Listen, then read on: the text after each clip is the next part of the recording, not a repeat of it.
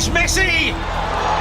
It is the cleanest of clean finishes from the best on the planet. It's time for the biggest sports stories. Liverpool, the champions of Europe, on top of the world. The biggest interviews. That such a great spectacle is ruined by such thuggish behavior. And all the analysis right here. He's the one player that has the arrogance to think that he can play in any stadium in the world and any pitch in the world in front of any player in the world and take them on.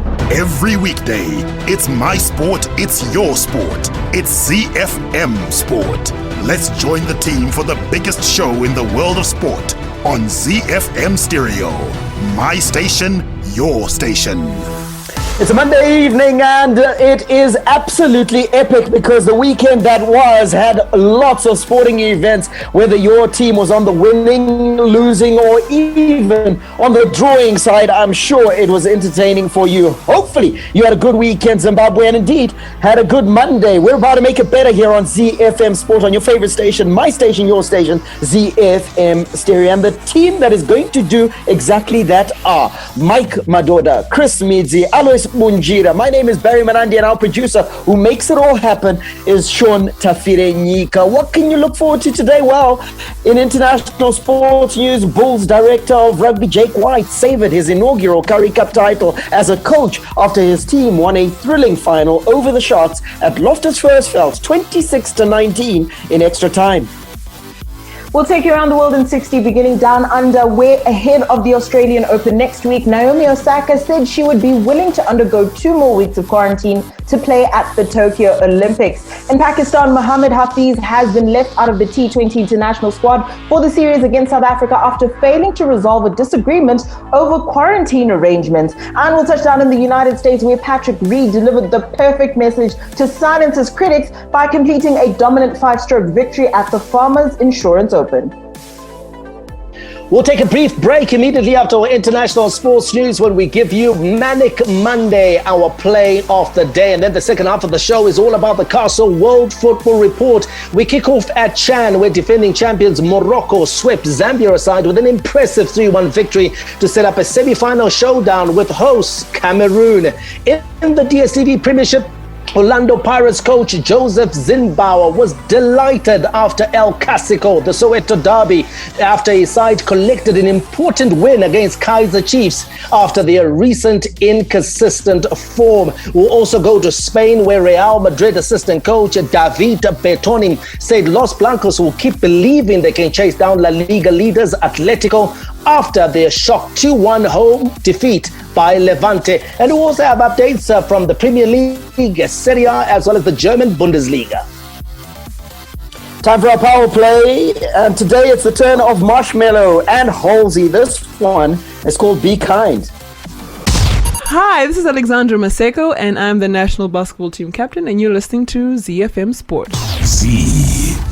Don't forget you can catch us online at ZiFM Sport on all the platforms, including YouTube, where you can watch and listen to back issues of the show, episodes that you may have missed. If you want to check or fact check us, that's the right place to jump onto. It's at ZiFM Sport.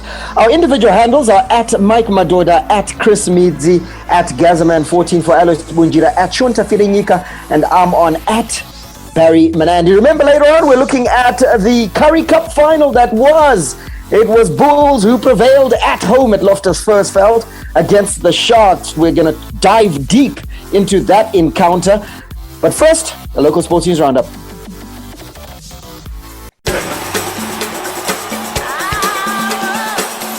The Home Front. Local sports news and analysis. Our local sports news roundup starts with cricket. The Afghanistan Cricket Board has shifted the series against Zimbabwe to the United Arab Emirates from Oman. The series will take place in the month of March. It could not be ascertained what necessitated the venue change, but the announcement by the Omani government that all gatherings, international functions and sporting events are to be stopped in the country with immediate effect is likely to force the ACB to move the matches to the United Arab Emirates. In rugby news, the Zimbabwe Rugby Union, the ZRU, and their members have to wait longer for the game's resumption following a spike in COVID-19 cases, despite having guidelines for a safe return of the sport. The second wave of the deadly coronavirus prompted the government to introduce a level 4 lockdown, which subsequently led to a suspension of all sporting activities by the Sports and Recreation Commission. The president of Zimbabwe Rugby, that is Aaron Jani, said that although players, coaches, and referees were itching for a return to action, as were administrators and the spectators, the nature of their game meant that they would have to brace for a long wait. Let's wrap it up with athletics news, where Tinotenda Matienga was a bundle of joy on Saturday after breaking his own Zimbabwe men's 200-meter national indoor record. Matienga smashed the record during the first day of the 2-day Texas Tech Invitational Track and Field Meet at Lubbock in Texas, United States of America. The Zimbabwean athlete, who's now in his final year at Texas Christian University, set alight his own national indoor record of 20.8 seconds, recorded on Valentine's Day last year, with a new time of 20.75 seconds on Saturday. From the front of the grid to the back of the net, it's ZiFM Sport. International Sports News Roundup, where the world comes out to play. All right, let's go. The headline reads, Bulls Curry Cup champions. That's if ZiFM Sport had a newspaper. We don't, so we'll coin it ourselves. It just tells the story exactly how it's meant to go. We're going to talk about that with the team that is here to discuss a great final that started a bit slow and then got to a nice boil as soon as it got into extra time. Bulls director of rugby, Jake White, said that his inaugural Curry Cup title as a coach after his team won a thrilling final over the Sharks at Loftus Versfeld 26-19 after extra time. The victory meant they completed a unique Super Rugby Unlocked and Curry Cup double in White's first season in charge of the Pretoria outfit. Let's hear from Jake White. Incredible. No crowds, COVID, lightning, thunder, halftime, first half cut in half. I mean, everything you had to adapt all the time, So, I think it's definitely going to be a final that everyone will remember in the COVID year, for many different reasons. So, and you're right, I'm really proud about the way we stuck in it. That thing, we had a chance on the hooter to win, and then they had a chance with a penalty. They obviously didn't take it. Then they got a penalty, and they missed it. And then all of a sudden we got a turnover. It was like an incredible thing. I think I just sort of thought now as I was reflecting, and the one thing I really enjoyed is the way our bench and the reserves actually, came on and handled the pressure, because obviously that's the sort of thing that you want to get from a team going forward. Z. Mikey, there's lots to talk about this encounter, but the first one that sort of leapt out at me is the fact that Jake White, with his illustrious coaching career, hadn't won a Curry Cup. Yeah, absolutely, Barry, and he's now added it, and that's what all good coaches do. Sometimes the good coaches are also a function of the teams that they coach. Remember, at his prime, because there are a lot of people that think Jake White may not be as good as he was back then, but at his prime, he was coaching the Springboks. He had national issues on his hands. And remember, he went on to win a World Cup with the Springboks. So he's a very, very good coach. And now that he's added the Curry Cup, I think it's only fitting that he's got that on his resume. But Barry, you did mention that it was a slow start to this game. Obviously interrupted by weather. There was lightning that forced the players off the field in the first half, and there was a bit of a forced break. It wouldn't matter with proceedings just in terms of rhythm and the way that the contest was going. But as the match went on, and especially as the Bulls were trailing the Sharks and the increasingly threat, we began to see some expansive, open running rugby, and I think that added to the spectacle, and they eventually got over the line, like all good sides do, Barry. If they need 100 minutes to get over the line, they'll take 100 minutes. If they need 80, they could have won it in 80 because they had a kick, the last kick of the game, which they could have won the game by 3 points, which they missed. So at the end of the day, I think there's no arguing against the fact that the best side in South African rugby has won the Curry Cup.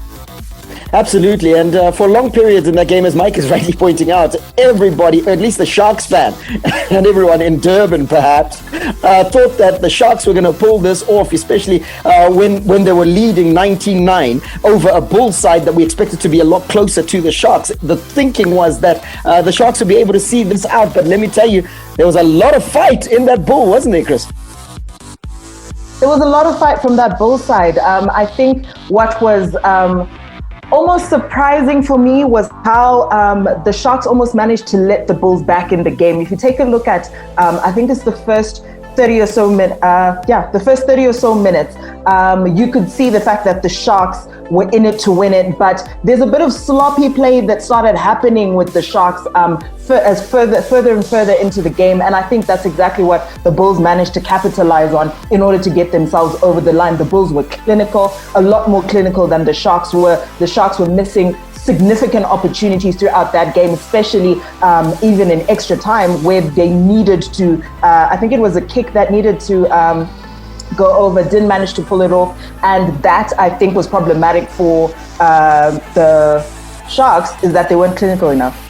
Yeah, not clinically enough, but the Bulls themselves, listen, you make your opposition make mistakes with the pressure that you put on them. As a Bulls fan who's part of the ZiFM Sport family, and that is Alois Bunjira. Alois Bunjira, you must be buzzing after the Bulls. In fact, let me ask you this question. How did you become a Bulls fan? I became a Bulls fan by virtue of staying in Midrand. When I went to South Africa, our pastime when we were not playing, we were going to watch rugby in Pretoria. So it was just a 15-minute drive to Loftus Versfeld to watch the Bulls. So the Bulls were training there, were playing there. So naturally it was the Bulls. And then when I moved to Mamelodi Sundowns, we were actually sharing the stadium with the Bulls. So Alois, I never took you to be one who bowed to peer pressure, but now we see that there is a chink in the Alois Bunjira armor, and sometimes you do bow to peer pressure. No, Barry. It wasn't peer pressure. It was something that was the first attraction, and I was watching them close. Okay. Just like when you stay in Bari, you start supporting Dynamos because he's from Bari, if it was used to be that way. So I was watching them, and then they started winning. Believe you me, if they were not a good side and they were not winning, I wasn't gonna get chuffed. But the good thing is, I saw them, I went to watch them, and they were winning. Then voila, it just came together. And you liked what they were doing, Mikey. Yes. Let's get back to the game. And in truth, Chris puts it in a different light and says that perhaps the Sharks allowed the Bulls back into the game. But in truth, you've got to admire the character of the Bulls. From 19-9 down to go on and win the game. Yes, albeit after extra time, like you said, even if you need 100 minutes, you take what you need to do and take the cup in the end of it. A 17-point swing, blanking the Sharks. That's impressive. Yeah, Barry, I mean, I think the Bulls' approach was that of a pedigree boxer, realizing that you can win the bout in 12 rounds. You don't have to go for the knockout. So when they were chasing the game, they basically just released, it was a physical onslaught on the Sharks that wore them down. They kept piling on the pressure. They brought in the replacements from the bench, and that was telling because their replacements, I think in terms of the physicality and intensity, they had more about them than the Sharks. The guys that were brought in from the Sharks bench didn't have the same level of performance or intensity of the guys that they were replacing. So for the Bulls, it was wave after wave, and we began to see that after the 65th minute, where it was really attack versus defense. And for a while, it looks like the Sharks would hold out because they were playing well. But ultimately, Barry, when you're up against, guys who are just bringing it and pummeling you left, right and center, first of all, the mistakes are going to come. And so we saw the penalty count from the Sharks start to go steadily up, the mistakes. And that was a result of the intensity from the Bulls. And that's what allowed the Bulls back into the game. And of course, they were then able to see it out in added time. Kerwin Bosch had some good opportunities with the boot. He wasn't as ruthless as he normally is with the boot. And I think that's one thing or one weapon that the Sharks could have used to try and keep the Bulls at arm's length. But I think he missed about 4 or 5 kicks and it didn't go his way. Whereas Monestein's kicking game was really up to scratch. And I thought for a moment that the Bulls had made a mistake by pulling him out in the dying stages of the game, because then there were a couple of really presentable opportunities that came the Bulls' way, and his replacement wasn't able to kick them over. And I thought, hang on, this is going to give the Sharks a bit of a chance. But the Sharks weren't able to really mount any sustained pressure, especially in extra time. And there was only one side that was ever going to score the try, Barry, that was needed to win it, and the Bulls scored it. Absolutely, and Mike unpacks a whole lot of stuff there.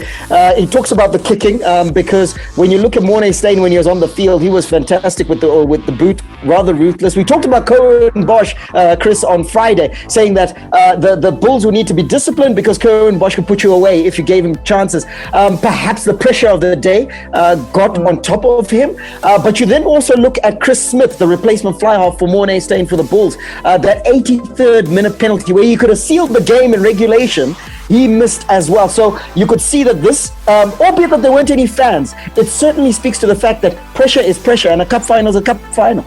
Cup final is definitely a cup final, and I think for both sides, you could see that as the game wore on, there was a lot more pressure, a lot more inaccuracy on both sides as the game wore on, and as like you mentioned, in terms of the kicking, not nearly where it needed to be for both sides. So it was a cup final, not definitely more exciting as the game wore on. But I think for both of these sides, I don't know if they weren't prepared for that amount of pressure, or it was just playing a cup final and the nerves got to them. You wouldn't expect it from that caliber of players, but the pressure definitely got to them, and it led to those inaccuracies, which led to extra time. But look, the side that managed to hold it all together and managed to get it over the line won.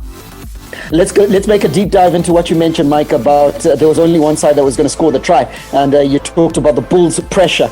There is, I think it was the plays that preceded the final try, as it turned out, the winning try. It counted nearly 15 phases, and in those 15 phases, I think the Bulls had maybe 5 or 6 penalty advantages.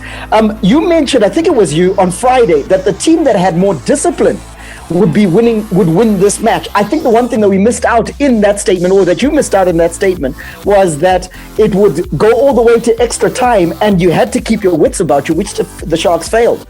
Yeah, Barry, you mentioned 15 phases. It was actually 19 phases there we go. To the try that actually won the game. And so it was a physical onslaught, and they kept recycling the ball. And they were just stabbing at very close quarters. So this was not running the ball and trying to get it to the wing and trying to get it to the centers for a bit of magic. No, this was the forwards, Barry, just hammering. It was almost like a battering ram coming over and over again. And when that happens, Barry, especially in extra time, you've already gone through 80 minutes of grueling rugby, and these guys are just hammering at you. You're bound to make mistakes. The defending is bound to get a bit sloppy because you're tired. Make no mistake about it. There was an element of weariness on the Shark side from all the defending. You know, it's almost like in football, how when one side has the ball and they're shifting you from side to side and they're passing the ball, the side that doesn't have the ball is going to get very tired quickly. I mean, it used to be something that Barcelona used to do very effectively.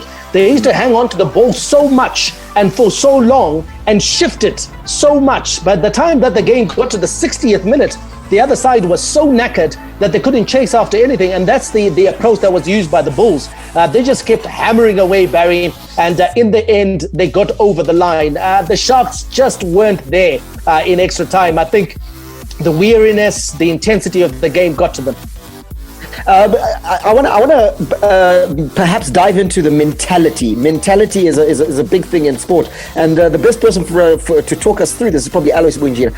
Mike talks about the relentless nature in which the Bulls came at the Sharks. Now, you've been to various cup finals. I recall BP Cup final here domestically in South Africa. You've been to cup finals. When you get to the pressure stage at that level of whatever sport you are playing in, when you realize that you're up against it, how do you then rally the troops? Because yes, hindsight is a perfect science, but surely the Sharks should have had an option to reset and realize that, you know what, guys, we're up against our backs against the wall. We need to reset what we were doing earlier and go back to that. They didn't seem to do it. Yeah, but that's when you need a very good bench. You know, when it comes to those situations, you actually need a very good bench. You need people on that bench that can actually read the game. Because when you are a footballer inside, or when you are a rugby player inside, the intensity, there is so much intensity that you've got this mental block that you are focusing, you are hitting against you still want to do it. It takes nerves to actually realize this is not working, maybe a captain or something to actually do that. But the best is supposed to come from the bench to actually regroup and say, guys, this is not working. That's why you find coaches can call a whole team, one must drop down, one go down first, so that when someone is being treated, he calls the whole team to restructure. So that's what is needed. So I think that's where they missed it, that they need some brains on the bench to actually decide that, oh, Marcus, that guy is the status, let's start afresh.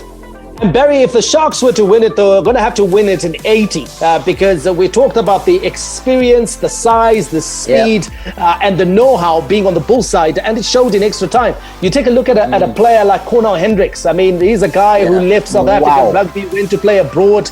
We know him as a winger. And he's come back to this Bull side, and he's played in a number of positions. He's even played as a fly-half. This time he was playing as centre. But his ability to carry the ball in midfield, Barry, he was breaking tackles and he was getting over the gain line. And that's what gave the Bulls the momentum they needed to eventually wear down or wear out the Sharks' attack. So, you feel sorry for the Sharks because they had opportunities, I think, especially when they led by about 10, where they could have just gone maybe a gear. And sometimes we say this theoretically, but the question is, do they have that gear? Because we assume that teams have. They might not have had the gear. They probably played their best rugby in those opening 60 minutes, and they had nothing left in the tank because it showed that when the Bulls raised their game, the Sharks had nothing in reply. You may well be right, Mike, because you look at it in terms of the latter part of the second half into extra time, it looked like the Sharks were absolutely out on their legs. And the man you mentioned, Cornel Hendricks, what carrying power the man has, and credit to him, man of the match in this final. So certainly a great performance by Cornel Hendricks. Jaco Piper as the referee. Oh, guys, I want to compliment. He didn't even miss the fans because his banter with the players was entertainment all on its own. I don't like that sort of refereeing, though, Barry. I really don't like it. No. I think the referees are getting too much. They're getting too carried away into getting involved in the game. I think you should be there to establish the law and not to act as if you're a player. There is wit, which is what you see from a referee like Nigel Owens. And then there is trying to take the mick out of the players, which is what we saw from Jaco Piper. I think keep it professional and draw a line. And let's keep the game moving. You're not the star of the show. I hate referees that think they're the star of the show. You're the referee. You're to adjudicate the laws of the game, not to into banter and all sorts of players. No, that's not your job. Look, obviously for the players, it might have been a little bit irritating. And like Mike said, that's not necessarily what he's there for.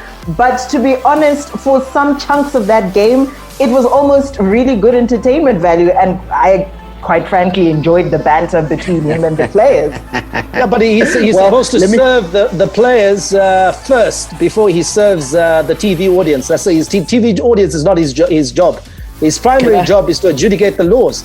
He shouldn't be thinking about trying to entertain fans at home, but doing his job properly. And his job mustn't put off players. I hate referees that put off players. You see, because I always talked about you are in the melting pot in that moment.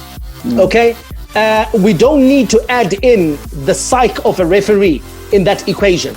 And he's psyching you out. Yeah, he's psyching you out. And that's what he was doing. He was psyching players out And as a match official, that's bad. If you take a look at Nigel Owens is good. He's got the wit and the so forth, but he's not psyching you out. He's not trying to talk you down, and he's not trying to make you look silly or stupid. He's just being witty. He's got a witty reply, and he's relatable. Jaco Peyper was trying to act like Mr. Smartass. And Jaco Peyper was being a low-budget Nigel Owens. If I can give all of us a backstory and expose that Mike Madoda, his favorite sport is actually rugby, so you can understand why he's the purist and loves the game to be played properly and the referee to do his job. That's why he is so vociferous in his protestation on Jaco Peyper. And in truth, he shouldn't have psyched the players up. But nonetheless, as it wore on, the cup final turned into a proper Currie Cup final. Certainly enjoyable. After this, Around the World in 60. Hi, I'm Trevor Nyakani, the Blue Bulls and Springbok prop, and now you're listening to ZiFM Sports. Around the World in 60 seconds. International sports news. We begin down underway ahead of the Australian Open next week. Naomi Osaka says she would be willing to undergo 2 more weeks of quarantine to play at the Tokyo Olympics on home soil this summer. Amid speculation that the games could be cancelled due to the pandemic, Prime Minister Yoshihide Suga said Japan remained determined to stage the Olympics. We'll head over to Pakistan, where Mohammad Hafiz has been left out of the T20 international squad for the series against South Africa after failing to resolve a disagreement over quarantine arrangements. The veteran batsman had been widely expected to feature in the 3-match series, having hit an unbeaten 99 in Pakistan's recent T20 international against New Zealand, as well as 2 half-centuries in England last September. We'll touch down in the United States, where Patrick Reed delivered the perfect message to silence his critics by completing a dominant 5-stroke victory at the Farmers Insurance Open. Reed, who was the center of a rules debacle during the 3rd round at Torrey Pines, carded a 4-under 68 on the final day to pull clear of the chasing pack and secure a 9th PGA Tour victory. The lion roars. The warrior beats his drum. Battle lines are drawn in the jungles of Cameroon.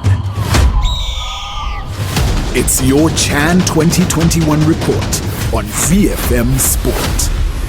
We are in Cameroon, where hosts the indomitable Lions qualify for the semi-finals of the African Nations Championship Chan with a 2-1 comeback win over the DRC in Douala. Cameroon will be joined in the semi-finals by Mali, who won a tense penalty shootout over Congo Brazzaville in Yaoundé after the game finished goalless. And Barry, the drama just didn't start in the match between Cameroon and the DRC. The drama started the night before, when it was announced that 13 players in the DRC camp had tested positive for COVID. The DRC said, hell no, we're not going to buy into that, into those tests. We demand that they be retested. And we always thought, and especially after what we saw Simba doing with FC Platinum and what they were reported to have done with FC Plateau of Nigeria, that COVID would be weaponized at some stage during the tournament.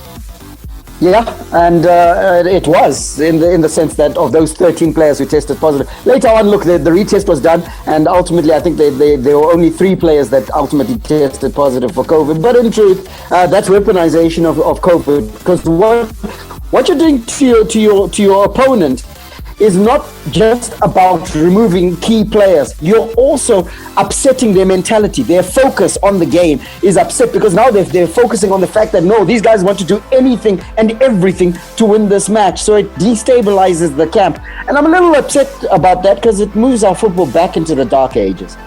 And Alois, you take a look at the DRC, they did well to get themselves over. You know what had happened the previous evening? They took the lead, actually, at the Stade Jopoma in the first half. Maccabi Lilepo putting the Leopards ahead after 22 minutes, but they weren't able to hold up, because what happened is that Cameroon were able to equalize almost immediately through Yannick Njeng, and that gave the home side the momentum they needed to score the second and see out the match.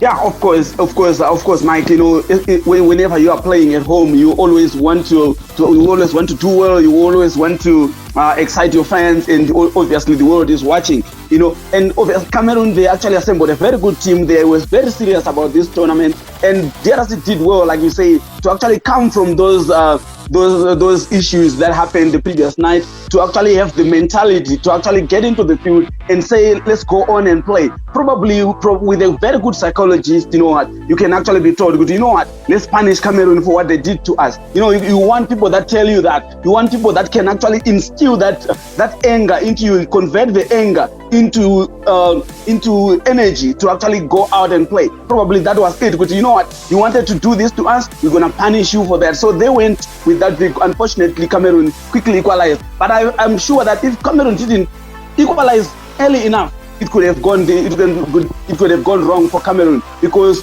then DRC could have steadied their ship and defended their lead.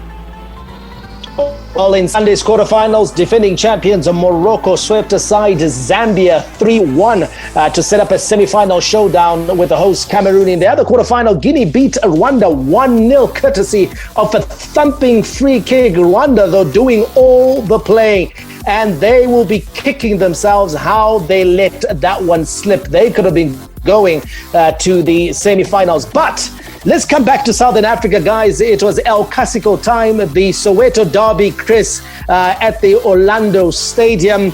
And Joseph Zimbauer, delighted to see the Buccaneers collecting an important win versus Kaizer Chiefs. You talked about Orlando Pirates' patchy form, Chris, at some point evening out, and you anticipated that it could happen versus Kaizer Chiefs. And that is exactly what happened. Thembinkosi Loch and substitute Sipesi Ndlovu giving the Bucks a 2-0 lead before Daniel Cardoso netted to get the one that Kaizer Chiefs scored. Before I hear from Chris, we'll hear from the Orlando Pirates coach, the German Joseph Zimbauer.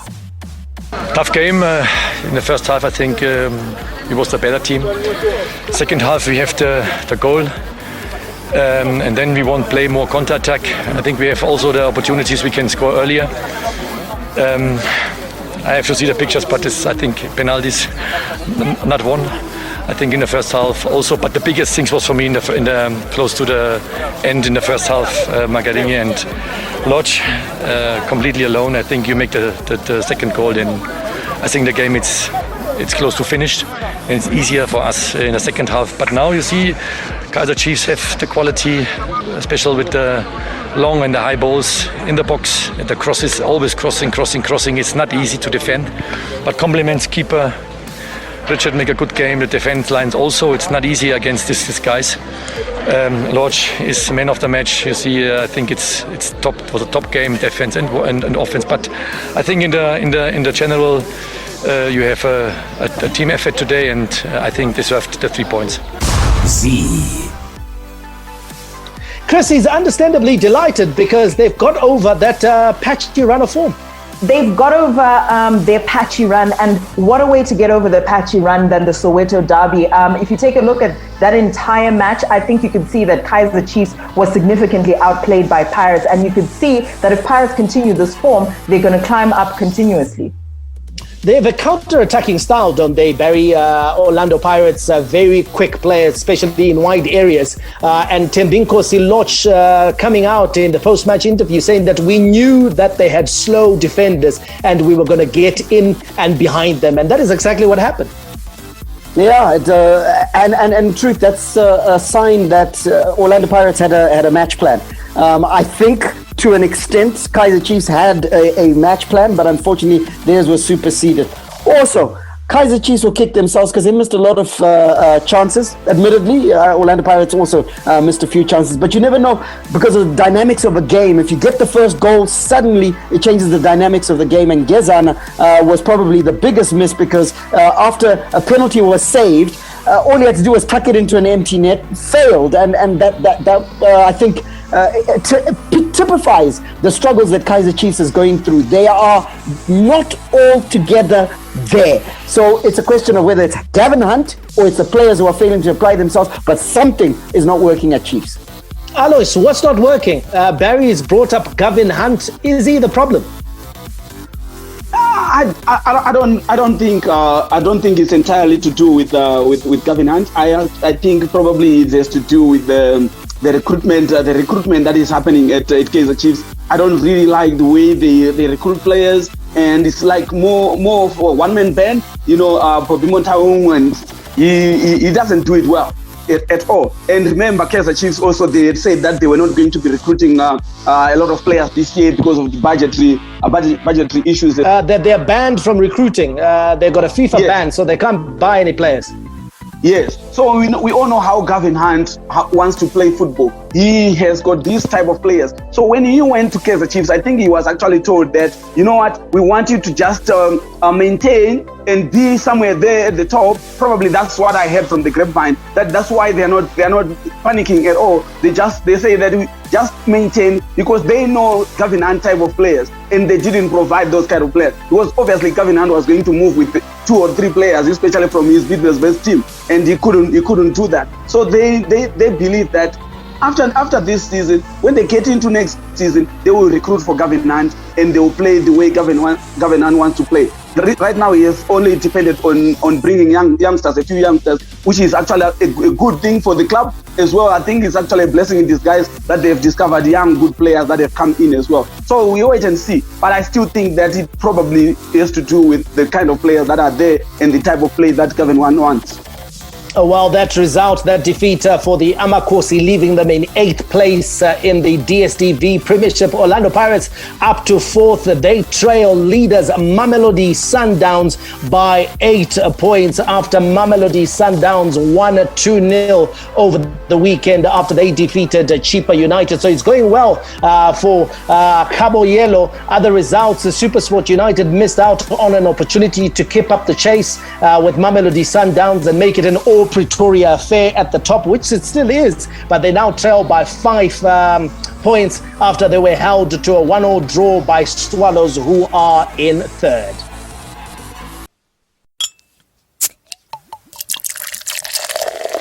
From Rufaro to Barberfield, Mandava to Nyamunga, all the perfect moments in the Castle Lager Premier Soccer League come together on ZiFM Sport. All right, let's take a look at the weekend that was in England. Of course, we're talking about the Premier League.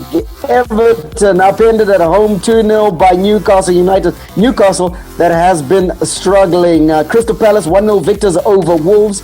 Manchester City doing what Manchester City does. 1-0 victors over Sheffield United. In other news, Patrick Bamford scored 1 and made 2 to give Leeds a 3-1 win at Leicester to prevent the Foxes from moving second in the Premier League.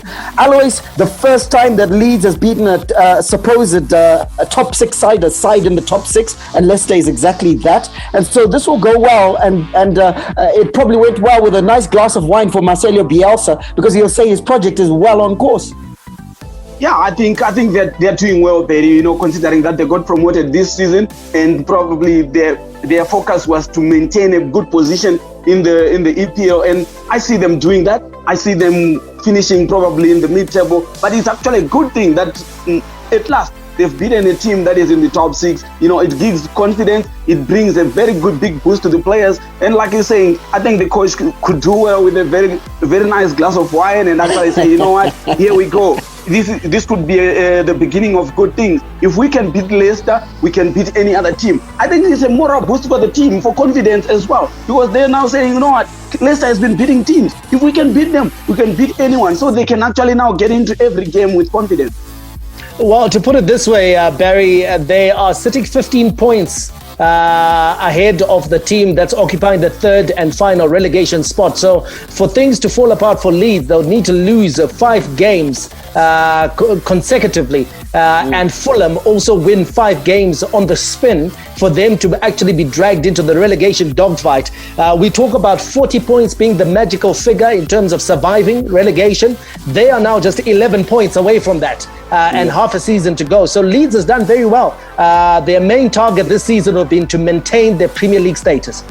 Absolutely. Maintaining Premier League status is the first and foremost thing. Another team that has had Premier League status but hasn't been having a good time of it at their home ground, the Amex Stadium, that's Brighton and Hove Albion. Well, they upended Tottenham 1-0, and Tottenham head coach Jose Mourinho says his side are suffering from low self-esteem following that 1-0 defeat. Do you agree, Chris?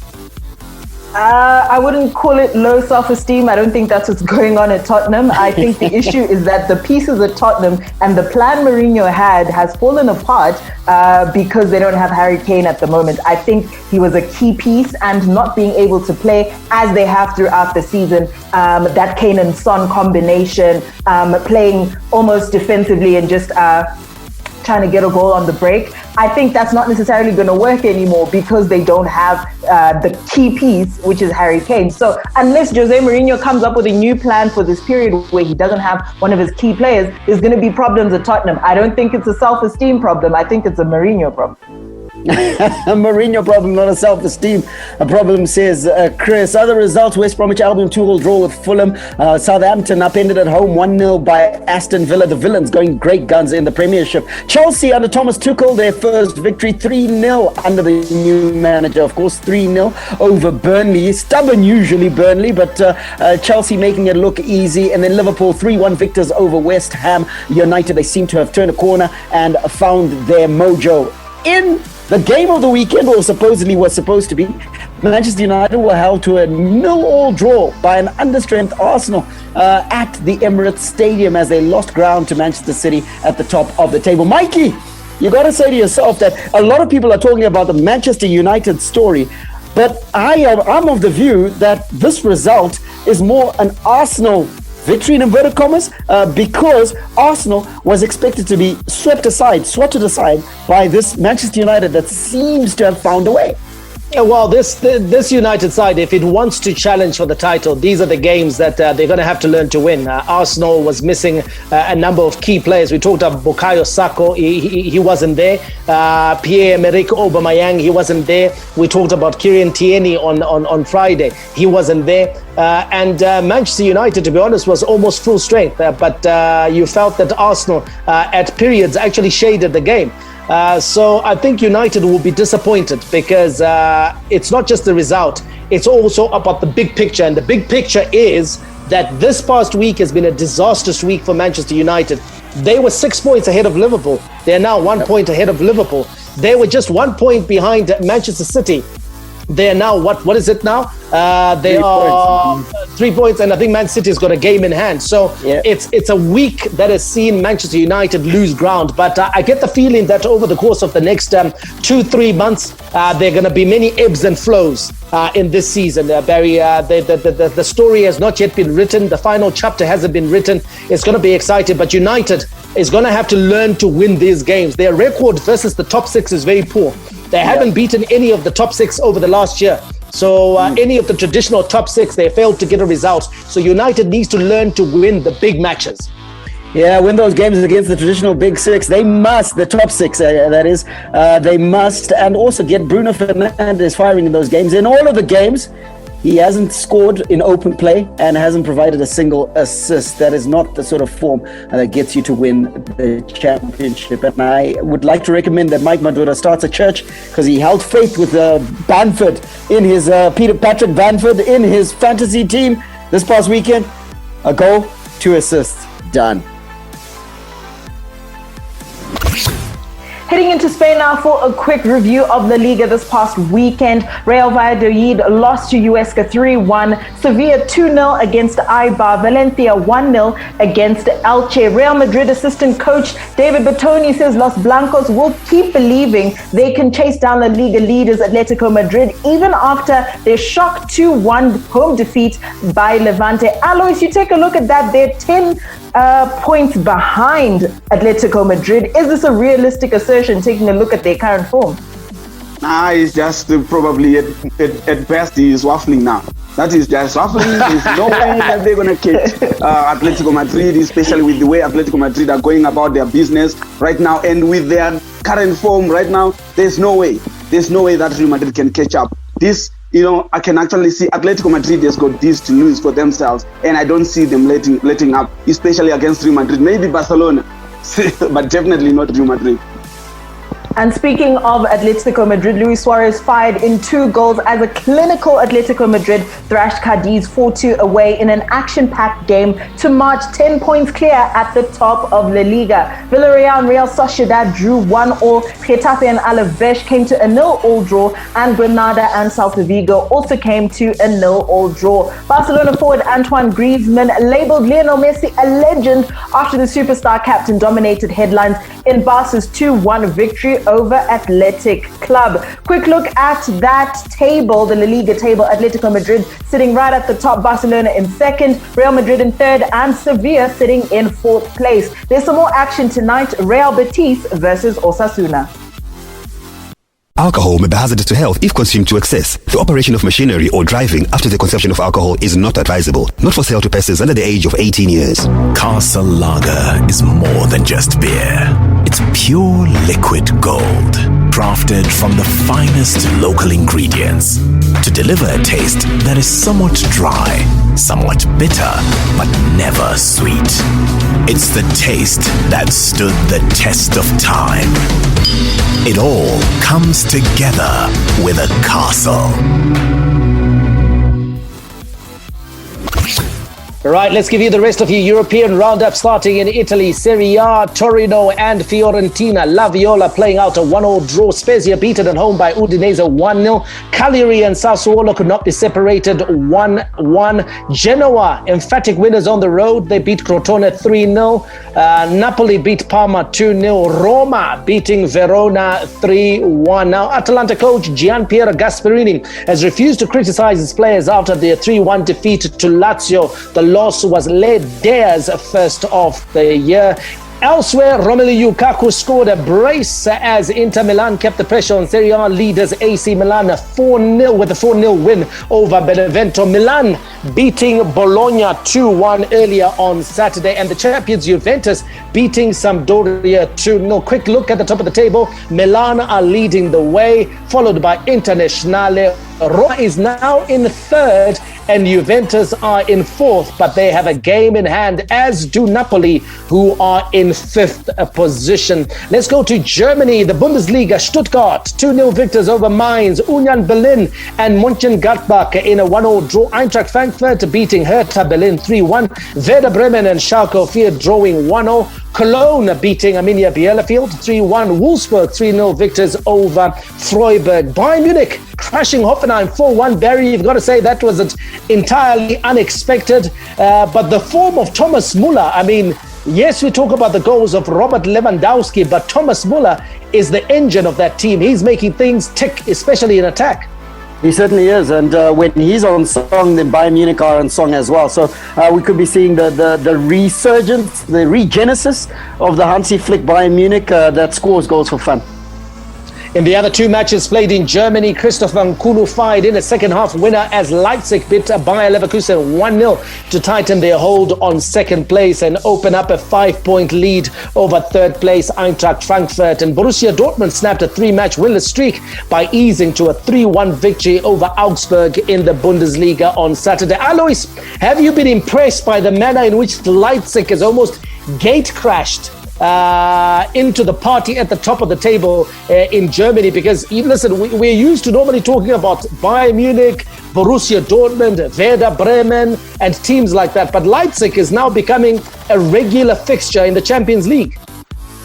Yeah, that's the beauty of football, and that's what I like. You know, I've always cried about it, that I don't like a league where one team or two teams are just running away with it all the time. I like it when there is competition, when there is competitiveness. So Leipzig has just come in now, they've done well. You know, when they first came in, we thought that they were just going to be a flash in the pan, like they will come like any other teams and then they go down. But what they've done now, they've maintained the consistency. They've been doing well and they've been actually getting good results. Even in the Champions League, they've been chalking good results as well, beating big guns as well. So actually, it's actually very impressive. I'm very impressed, and it's very encouraging, you know, for other teams to actually see that, you know what, we can also do what Leipzig has been doing. And I'm sure that very soon they can actually be a very permanent fixture in that number 1 and 2. If Borussia Dortmund are not careful, they can actually be replaced by Leipzig.